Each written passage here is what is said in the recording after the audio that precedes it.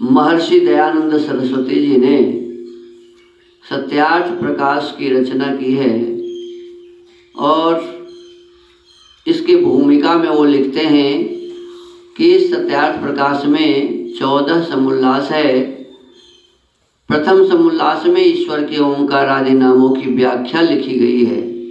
द्वितीय समुल्लास में संतानों की शिक्षा, तृतीय समुल्लास में ब्रह्मचर्य, पठन पाठन व्यवस्था, सत्यासत्य ग्रंथों के नाम और पढ़ने पढ़ाने की रीति, चतुर्थ समुल्लास में विवाह और गृहाश्रम का व्यवहार, पंचम समुल्लास में वानप्रस्थ और संन्यास आश्रम की विधि, छठे समुल्लास में राजधर्म, सप्तम समुल्लास में वेदेश्वर विषय, अष्टम समुल्लास में जगत की उत्पत्ति स्थिति और प्रलय, नवम समुल्लास में विद्या अविद्या बंध और मोक्ष की व्याख्या, दसवें समुल्लास में आचार अनाचार और भक्ष्या भक्ष्य विषय, एकादश समुल्लास में आर्यावर्ती मत मतांतर का खंडन मंडन विषय, द्वादश समुल्लास में आर्यावर्ती मत, द्वादश समुल्लास में चारवाक बौद्ध और जैन मत का विषय, त्रयोदश समुल्लास में ईसाई मत का विषय, 14वें समुल्लास में मुसलमानों के मत का विषय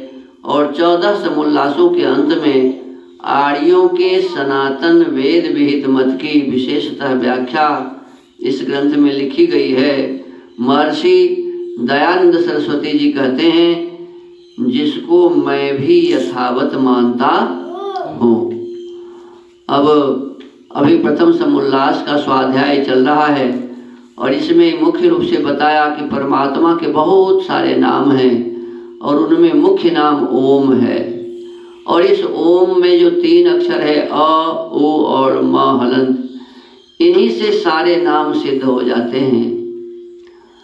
परमात्मा के बहुत नामों में हमने देखा कि प्रभु का नाम आनंद भी है, सत भी है, चित्त भी है और उसका नाम नित्य भी है, उसी का नाम शुद्ध भी है। कहते हैं कि परमात्मा का नाम शुद्ध क्यों है? तो कहते जो स्वयं पवित्र, परमात्मा किसी भी प्रकार के गंदगी से नहीं भरा हुआ, परमात्मा बिल्कुल शुद्ध है, पवित्र है, अशुद्धियों से अलग है, पृथक है और सबको शुद्ध करने वाला है। स्वयं तो शुद्ध स्वरूप है, पवित्र है, दूसरों को भी पवित्र बनाता है, दूसरों को भी शुद्ध करता है, इसीलिए परमेश्वर का नाम शुद्ध है। अब कहा कि परमात्मा का एक नाम बुद्ध है। क्या है? बुद्ध है।